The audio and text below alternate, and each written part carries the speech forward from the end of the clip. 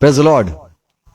દરેકનું સ્વાગત કરે છે પ્રભુ ઈસુ ખ્રિસ્તના નામમાં. ફરીથી પ્રભુ આપણને આ સંગત આપી પ્રભુના પવિત્ર વચનને આપણે રોજ વાંચવા, રોજ મનન કરવું અને જે પવિત્ર આત્મા દ્વારા સંતોએ લખેલું છે નવા કરારમાં એનો આપણે અભ્યાસ કરીએ છીએ. આપણે સમજવા માંગીએ છીએ પ્રભુ શું કહેવા માંગે છે. 1 તિમોથી 2 અધ્યાય તેની 4 કલમ. પાઉલનો તિમોથીને પત્ર 1 તિમોથી 2 અધ્યાય 4 કલમ. સગળા માણસો તારણ પામે પાઉલ કે છે, પ્રભુ કે છે સગળા માણસો તાણ પામે ને તેમને સત્યનું સંપૂર્ણ જ્ઞાન પ્રાપ્ત અને થાય સગળા માણસોને સત્યનું સંપૂર્ણ જ્ઞાન પ્રાપ્ત થાય એવી તેની ઈચ્છા છે. એવી દેવની ઈચ્છા છે. આમેન. પ્રભુ ના વચનો મારફતે પ્રભુ સિદ્ધ વાત કરે. આમેન. પ્રાર્થના કરીએ. પિતા, અમે પ્રભુ ઈસુ ખ્રિસ્તના નામમાં નમીએ છીએ આજના દિવસ, આજની સંગત માટે આભાર માનીએ છીએ. આ તમારા વચનોને, તમારા સંતોએ લખેલી વાતોને મનન કરવા માંગીએ છીએ, સમજવા માંગીએ છીએ, સાંભળવા એકઠા થયા છે. દરેક મારા ભાઈ બહેનો સાંભળે છે, એમને કૃપા આપો. સાંભળતા કાન, સમજુક મન, દેખતી આંખો આપવામાં આવે અને પવિત્ર આત્મા સાથે અમે સહેમત થવા માંગીએ છીએ. દેવની જે વાતો છે એને સમજવા માંગીએ છીએ. દરેકને પુષ્કળ કૃપા મળે.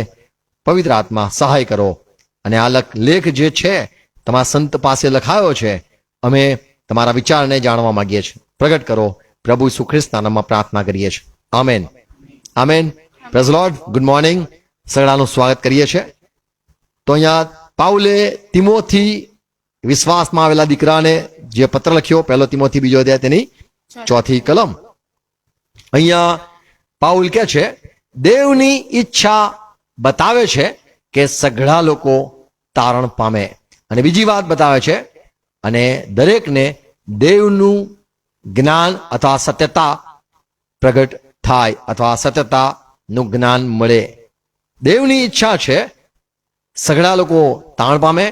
દેવની ઈચ્છા છે સઘળા લોકો સત્યનું સંપૂર્ણ જ્ઞાન પ્રાપ્ત કરે. એટલે પૃથ્વી પર આપણું જે જીવન છે, આપણે એમાં દેવની મરજી પૂરી કરવા, આપણે ખ્રિસ્તી થયા છે તો દેવની મરજી પૂરી કરવી જરૂરી છે. અને અહીંયા જ્યારે પાઉલ કહે છે કે સગળાને સત્યનું સંપૂર્ણ જ્ઞાન પ્રાપ્ત થાય, કેવી રીતે પ્રાપ્ત થાય? તો એફએસસીના પત્રમાં આપણને 4 અધ્યાય 11 થી 13 કલમ જો વાંચો તો ત્યાં લખેલું છે, સંતો એટલે વિશ્વાસીઓ જે ચર્ચમાં નવા જોડાયા છે તે દરેકને સત્યનું સંપૂર્ણ જ્ઞાન પ્રાપ્ત થઈ શકે છે. અને એના જ માટે દેવે સેવકો સંતો આપેલા છે કે જેથી તેઓની સંગતમાં રહેવાથી ખ્રિસ્તની જે સંપૂર્ણતાની પાયરી છે, દેવનું જે સંપૂર્ણ જ્ઞાન છે તે પામવા માટે આપણે એકઠા થયા છે. 13મી કલમ.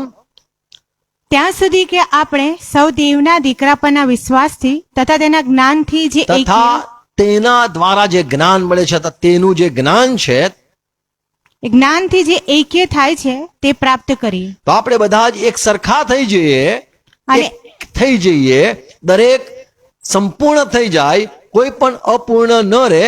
જ્ઞાનમાં બધા જ, સમજણમાં બધા જ એક થઈ જાય, વિશ્વાસમાં એક થઈ જાય. માટે કહે છે કે તમે ખ્રિસ્તમાં બની રહેવું જરૂરનું છે. માટે અને એમ પ્રૌઢ પુરુષોમાં એટલે ખ્રિસ્તની સંપૂર્ણતાની પાયરીએ પહોંચે. તો પ્રભુની ઈચ્છા, દેવની ઈચ્છા આ છે કે દરેકને સત્યનું સંપૂર્ણ જ્ઞાન પ્રાપ્ત થાય. પ્રભુ ઈસુ ખ્રિસ્તનું જ્ઞાન સંપૂર્ણ દરેકને પ્રાપ્ત થાય.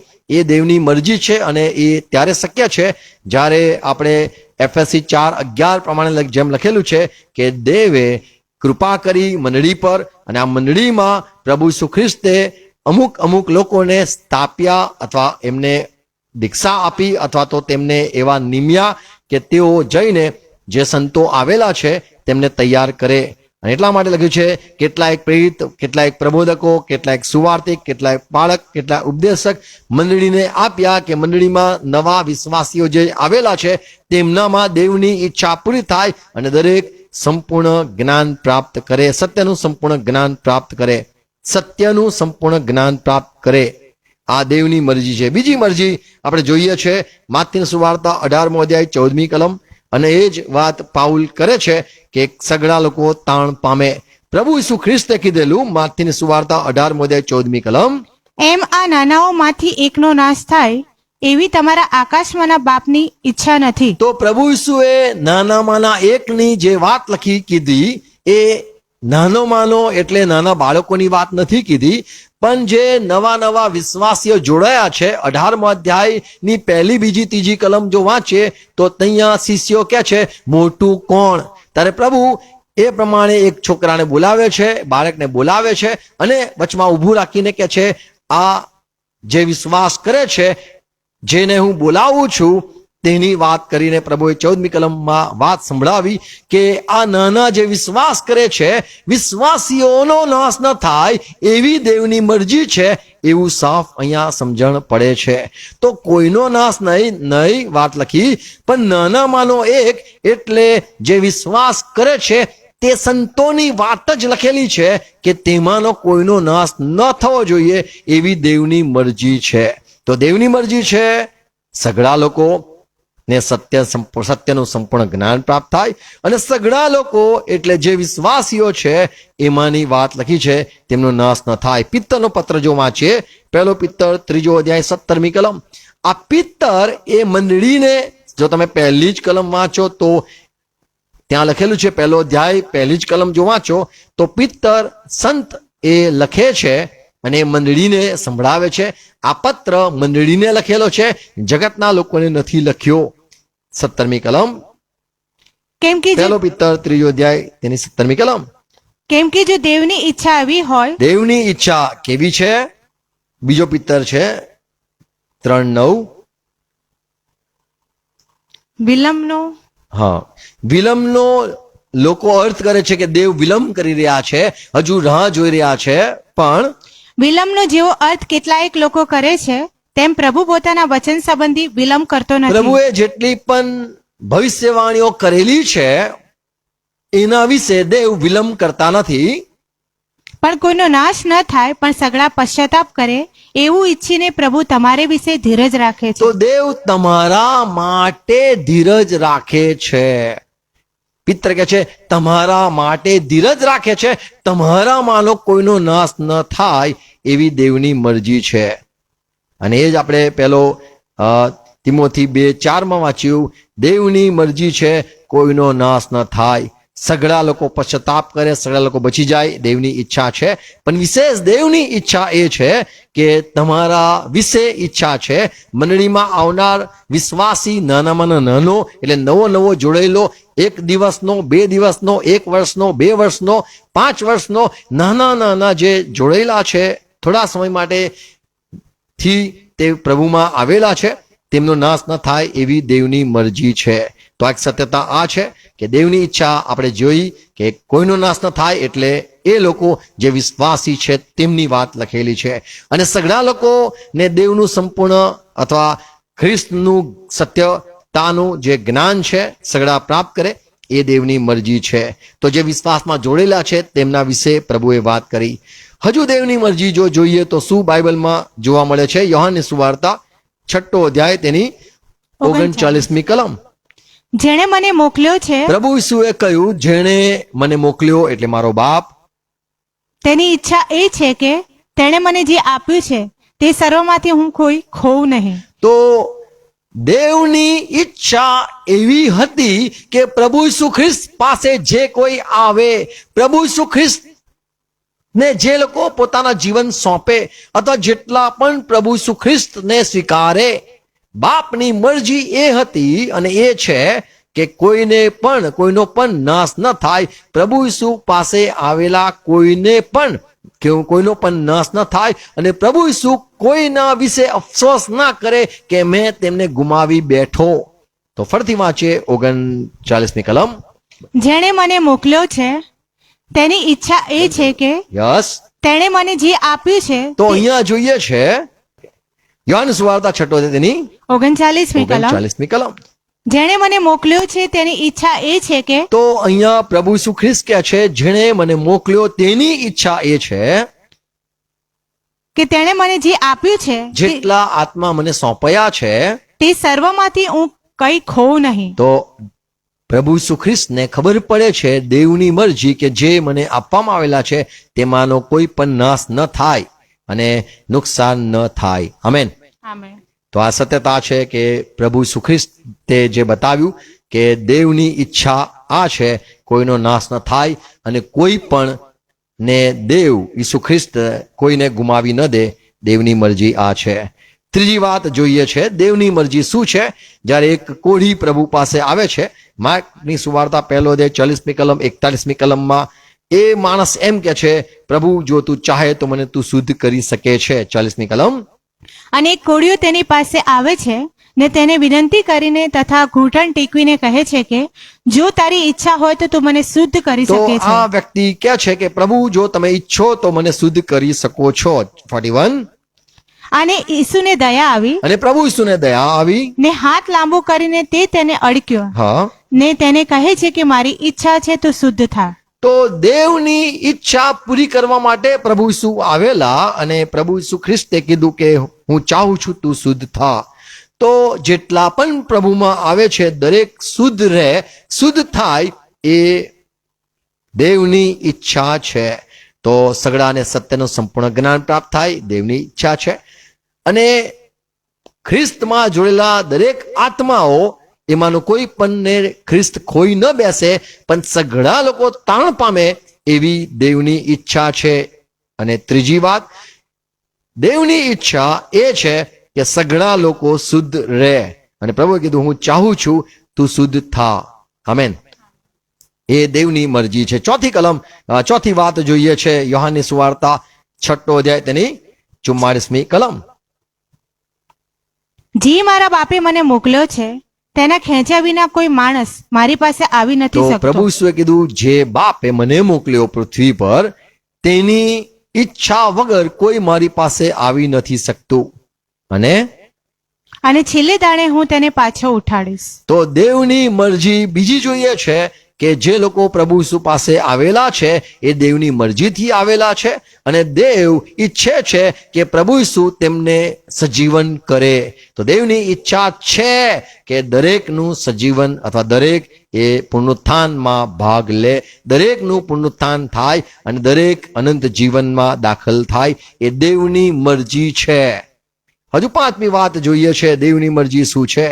યોહાનની સુવાર્તા 6 અધ્યાય તેની 40મી કલમ.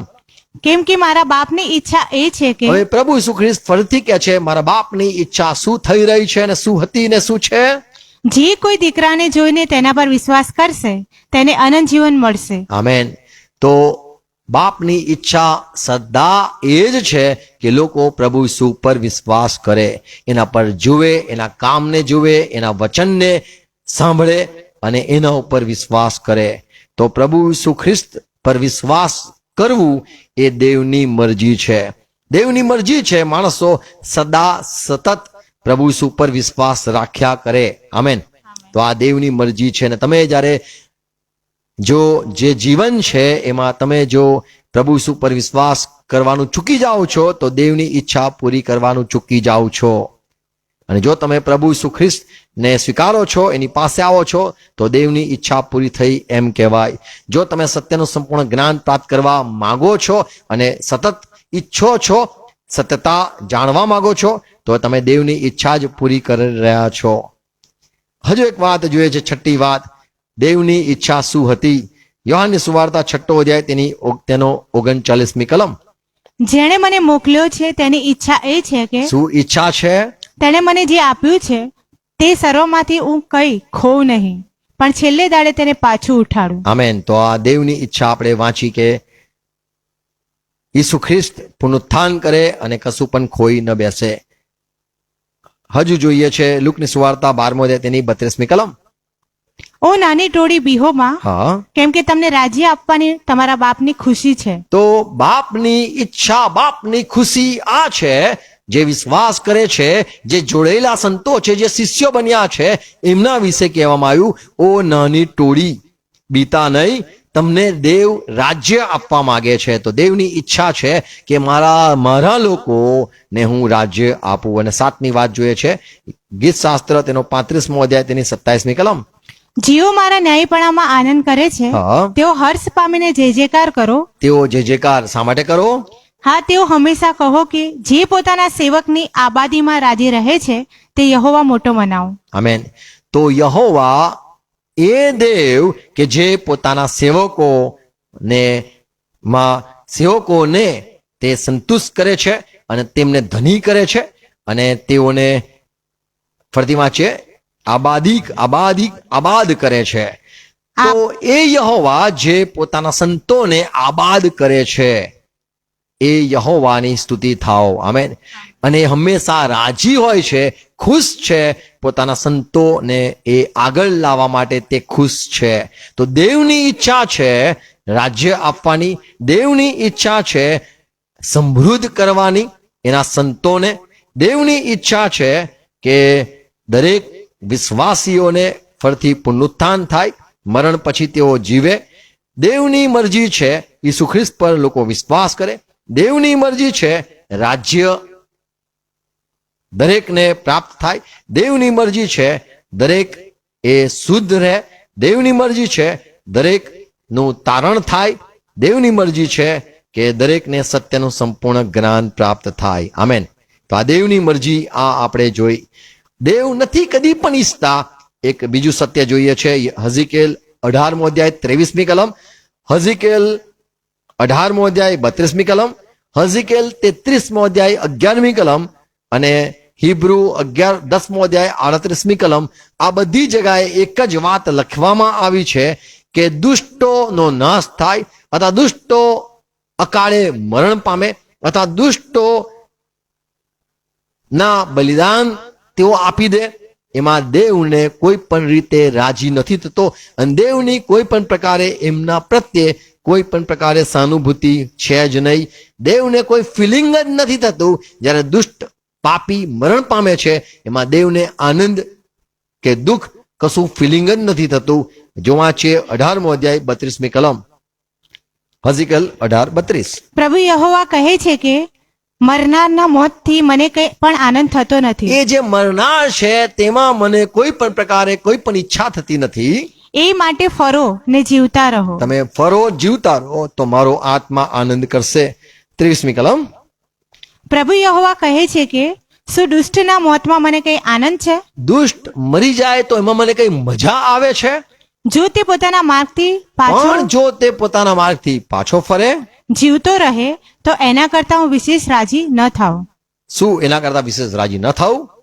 એ પ્રમાણે પ્રભુ કહે છે 33મો અધ્યાય 11મી કલમ. તેમને કહે કે પ્રભુ યહોવા કહે છે કે તો અહીંયા હઝીકેલ ઇઝરાયલને સંભળાવે છે અને કહે છે યહોવા મને કહે છે અને યહોવા એ પ્રમાણે કહે છે મારા જીવના સમ મારા જીવના સમ કે દુષ્ટ માણસના મોતથી મને કંઈ આનંદ થતો નથી, દુષ્ટ માણસના મોતથી મને બિલકુલ આનંદ થતો નથી. પણ દુષ્ટ પોતાના દુરાચરણથી ફરે પણ જો તે દુષ્ટ પોતાના દુરાચરણથી ફરે અને જીવતો રહે હા. એમાં મને આનંદ થાય એમાં છે. મને આનંદ છે, મને કંઈક થાય છે. હિબ્રુ પત્ર 10મો અધ્યાય 38મી કલમ. પણ મારો ન્યાયી સેવક વિશ્વાસથી જીવશે. મારો સેવક એ તો વિશ્વાસથી જીવશે. જો તે પાછો હટે પણ જો એ મારો સેવક જે છે અથવા મારા પર વિશ્વાસ કરે છે, જે ન્યાયી છે, એ જો પાછો ફરે તો એમાં મને આનંદ નહીં થાય. તો પ્રભુને પોતાના લોકો માટે આનંદ અને પોતાના લોકો માટે દુઃખની વાત લખેલી છે. પણ જે દુષ્ટો છે તેઓ તો એમ જ કે છે ફોતરાની પેઠે તેઓ ઉડી જશે, હતા ન હતા થઈ જશે. એમના વિશે ઈશ્વરની કોઈ પણ મરજી કે ઈચ્છા કે એમાં દેવને કોઈ પણ પ્રકારે રસ છે જ નહીં, કારણ કે એ એનો વિષય નથી. એને એના લોકો પ્રત્યે જ ફક્ત પ્રેમ, એના લોકો પ્રત્યે જ એને દયા, એના લોકો પ્રત્યે જ એને સહાનુભૂતિ છે. અને લખેલું છે જેમ આપણે હમણાં વાંચ્યું હિબ્રુ 10:38, મારો ન્યાયી સેવક એ વિશ્વાસથી જીવશે અને જો મારો સેવક એ પાછો ફરે અથવા પાછો જાય અથવા દુષ્ટ કામ કરવા લાગે તો એમાં મને આનંદ નહીં થાય. અને યર્મિયામાં લખેલું છે કે મારા લોકો જે ટોળું મિસરમાં જવા માંગે છે, ગુલામગીરીમાં જાય છે અને તેઓ બંદીવાસમાં જાય છે, તો એમાં મારો જીવ એ બહુ જ રડશે. તો ઈશ્વરને પોતાના લોકો માટે દુઃખ અને પોતાના લોકો માટે ખુશી છે. આમેન. તો દેવની જે મરજી છે એ જ્યારે આપણે પૂરી કરીએ છીએ અથવા દેવની મરજી જે આપણે વાંચી કે આપણે પ્રભુ પર વિશ્વાસ કરીએ, જો એ પ્રમાણે કરીએ છીએ અને જો આપણે સત્યનું સંપૂર્ણ જ્ઞાન પ્રાપ્ત કરવા માંગીએ છીએ એવું જો કરીએ છીએ અને આપણને પ્રભુ આપેલા કોઈ પણ વ્યક્તિનો નાશ ન થાય એ માટે કાળજી રાખીએ છીએ, દેવની બધી જે મરજી આપણે સાંભળી એ પ્રમાણે જો આપણે કરીએ છીએ તો આપણને હું કહીશ આપણને આશીર્વાદ પ્રાપ્ત થાય છે. કેવા આશીર્વાદ પ્રાપ્ત થાય છે? માથીની સુવાર્તા 7મો અધ્યાય 21મી કલમ. જો હું દેવની ઈચ્છા પ્રમાણે કરું છું તો મને શું મળે છે? એક સમય આવશે લોકો કહેશે, પ્રભુ પ્રભુ તારા નામે અમે આ બધા કામો નથી કર્યા શું? તો પ્રભુ કહેશે, હું તેઓને સાફ કહીશ, હું તેમને ઓળખતો નથી. 21મી કલમ. જેઓ મને પ્રભુ પ્રભુ કહે છે, જેઓ મને પ્રભુ પ્રભુ કહે છે તેઓ સર્વ આકાશના રાજ્યમાં પેસશે એમ તો નહીં, તો સઘળા તો નહીં પેસે. પણ જેઓ મારા આકાશમાંના બાપની ઈચ્છા પ્રમાણે કરે તો છે. કદાચ કોઈ સવાલ કરે, મારા બાપની આકાશમાંના બાપની ઈચ્છા શું છે? તો આપણે સાંભળ્યું બાપની મરજી શું હતી. તો જે આકાશમાં બાપની ઈચ્છા પૂરી કરે છે તેઓ જ પ્રવેશ કરશે, અથવા તેઓ જ આકાશના રાજ્યમાં પ્રવેશ કરશે. આમેન. તો જે બાપની ઈચ્છા પૂરી કરે છે તેઓ સ્વર્ગમાં પ્રવેશ કરી શકે છે. હજુ એક બાબત જોઈએ છે, જેઓ પ્રભુની બાપની ઈચ્છા પૂરી કરે છે તેઓને કેવો આશીર્વાદ મળે છે? માથીની સુવાર્તા 12મો અધ્યાય 50મી કલમ. માથી 12:50. કેમ કે મારા આકાશમાંના બાપની ઈચ્છા પ્રમાણે જે લોકો પ્રભુ ઈસુ ખ્રિસ્તે કીધું મારા બાપની ઈચ્છા પ્રમાણે ચાલે છે અથવા તો વર્તે છે અથવા તો મારા બાપની ઈચ્છા પૂરી કરે છે, જે કોઈ કરે તે જ મારો ભાઈ તથા બહેન તથા માં છે. તો એક આશીર્વાદ આ મળે છે, તમે બ્રધર્સ બનો છો. કોના? જીસસ ક્રાઇસ્ટના, પ્રભુ ઈસુના ભાઈ બનો છો. આ તો પ્રભુ ઈસુની બહેન છે એમ કહેવાય છે. આમેન. તમને બહુ મોટું નામ મળે છે, તમે કુટુંબમાં ગણાવો છો. તમે જો બાપની ઈચ્છા પ્રમાણે કરો છો તો તમે બ્રધર કહેવાઓ છો. મારા ભાઈઓ નહીં, પણ પ્રભુ ઈસુના ભાઈ, પ્રભુ ઈસુની બહેન, પ્રભુ ઈસુની માં તરીકે તમને મળે છે, નામ મળે છે, જે મારા બાપની ઈચ્છા પ્રમાણે કરે છે. હજુ શું આશીર્વાદ જોઈએ છે? ત્રીજી વાત, 1 યોહાનનો પત્ર 2 અધ્યાય 17મી કલમ. જગત તથા તેની લાલસા જતા રહે છે, પણ જે દેવની ઈચ્છા પૂર્ણ કરે છે તે સદા રહે છે. તો દેવની ઈચ્છા પૂરી કરનાર એને આશીર્વાદ મળે છે, તે સદા રહે છે. આમેન. તો જો સદા રહેવું હોય તો અકાળે ન જવું હોય તો દેવની મરજી પૂરી કરવી જોઈએ. આમેન. હજુ શું મને મળે છે? હું દેવની ઈચ્છા પૂરી કરું છું તો યોહાનની સુવાર્તા 15મો અધ્યાય 7મી કલમ. જો તમે મારામાં રહો, પ્રભુએ કીધું જો તમે મારામાં રહો એટલે મારી આજ્ઞા પાડીને મને પ્રેમ કરતા રહો, મારા પર વિશ્વાસ કરતા રહો, મેં જે બધું કહ્યું છે એ પ્રમાણે તમે કાળજીથી ચાલ્યા કરો, પાડ્યા કરો, તો લાગશે કે તમે ખરેખર મારી સાથે, મારી સંગમાં રહેવા માંગો છો. તો જો તમે મારામાં રહો અને મારા વચન તમારામાં રહે, અને મેં કહેલી વાતો તમારા સ્મરણમાં રહે, તો જે કંઈ તમે ચાહો તે માગો એટલે તે તમને મળશે. આમેન. તો જે વ્યક્તિ પ્રભુમાં રહે છે, દેવની ઈચ્છા એના જન્મમાં પૂરી થાય છે. આ જ વાત 1 યોહાન 5:14 લખેલી છે. તેના વિશે આપણને જે હિંમત છે તે એ કે જો આપણે તેની ઈચ્છા પ્રમાણે કંઈ માંગીએ, દેવની ઈચ્છા પ્રમાણે માંગીએ તો તે આપણું સાંભળે છે. આમેન. તો દેવની ઈચ્છા પ્રમાણે માંગીએ છે તે આપણું સાંભળે છે. દેવની ઈચ્છા પ્રમાણે જ્યારે ચાલીએ છે તો દેવ આપણું સાંભળે છે, અને આપણે જે કંઈ ઈચ્છીએ છે તે પણ તે આપણી ઈચ્છાઓ પૂરી કરે છે જ્યારે આપણે દેવની ઈચ્છા પૂરી કરીએ છીએ. આમેન. હજુ જોઈએ છે યર્મિયા 29મો અધ્યાય તેની 11મી કલમ. આ મોટા ભાગે ખ્રિસ્તીઓને ખબર છે, અને દેવ ઈચ્છે છે. એની ઈચ્છા શું છે અને એને શું આશીર્વાદ છે? કેમ કે જે ઈરાદા હું તમારા વિશે રાખું છું, દેવ આપણા માટે ઈરાદા રાખે છે, ઈચ્છાઓ રાખે છે, બહુ બધું સારું સારું વિચારે છે. તેઓને હું જાણું છું. તો દેવ આપણા માટે જે બધા સારા પ્લાન રાખેલા છે, યોજનાઓ કરેલી છે, એ દેવ કહે છે હું જાણું છું. અને કેવા ઈરાદા છે પ્રભુના?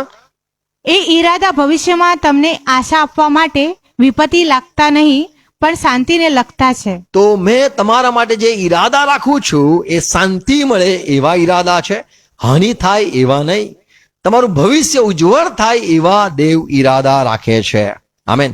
તો જ્યારે આપણે દેવના ઈચ્છા પૂરી કરીએ છીએ તો આપણા માટે દેવ સારા સારા ઈરાદા રાખેલા છે એ પૂરા થાય છે. આપણું પ્રભુ સાંભળે છે. આપણે જ્યારે એની ઈચ્છા પ્રમાણે પૂરી કરીએ છીએ, આપણી ઈચ્છા પણ દેવ પૂરી કરે છે. આપણે જે કંઈ માગીએ છીએ આપણું સાંભળે છે, જો આપણે એની ઈચ્છા પૂરી કરીએ છીએ. જો આપણે એની ઈચ્છા પૂરી કરીએ છીએ તો આપણે એના ભાઈ બહેન, ઈસુ ખ્રિસ્તના ભાઈ બહેન તરીકેનો આશીર્વાદ મળે છે. જો આપણે દેવની ઈચ્છા પૂરી કરીએ છીએ તો આપણે, જેમ માથી 7:21 વાંચ્યું કે મારા બાપની ઈચ્છા પ્રમાણે જે કરે છે તેઓ જ આકાશના રાજ્યમાં પેસશે, તેઓ સદા રહે છે. આમેન.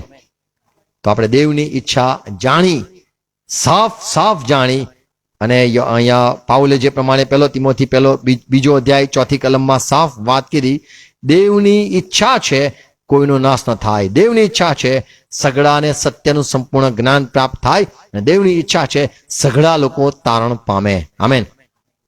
તો આપણે બધા માટે વિચારવાનું, ઈચ્છવાનું કે બધાનું તારણ થાય તો સારું. આમેન.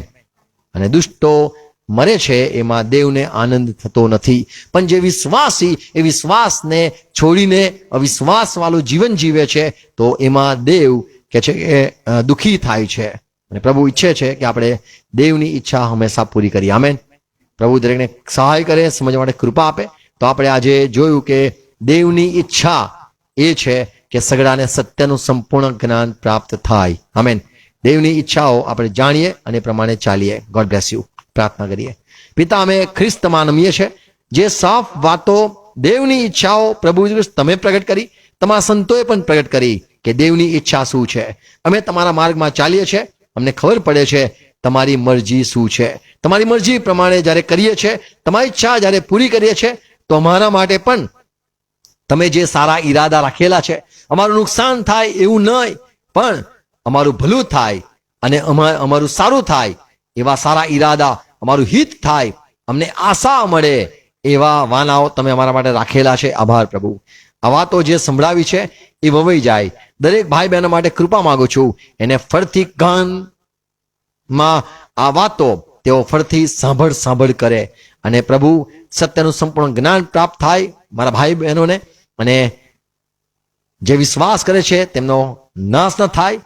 તમારી મરજી છે દરેક તાણ પામે. ઓ પ્રભુ, એ વાત સંભળાવી આભાર. અને અમે તમારા માર્ગમાં સતત ચાલવા માંગીએ છીએ, તમારી ઈચ્છા પૂરી કરવા માંગીએ છીએ. સહાય કરો. અને પ્રભુ આ વાતો વવાય, સોગણ ફળ લાવે માગું છું પિતા, પ્રભુ ઈસુ ખ્રિસ્તના નામમાં સાંભળો. આમેન. પ્રભુ શ્રી પ્રાર્થના સાથે કરીએ. આકાશમાંના અમારા બાપ, તમારું નામ પવિત્ર મનાવો, તમારું રાજ્ય આવો, જેમ આકાશમાં તેમ પૃથ્વી પર. તમારી ઈચ્છા પૂરી થાવ. દિવસની આજ મને આપો, જે મને માફ કરું છું તે મને માફ કરો. મને પ્રશ્ન ન લાવો, મને સત્તાનો છૂટકો કરો, કેમ કે રાજ્ય, પરાક્રમ, મહિમા સરકાર તમારા છે. Amen. Amen. Praise God. God bless you. Thank you. Praise God.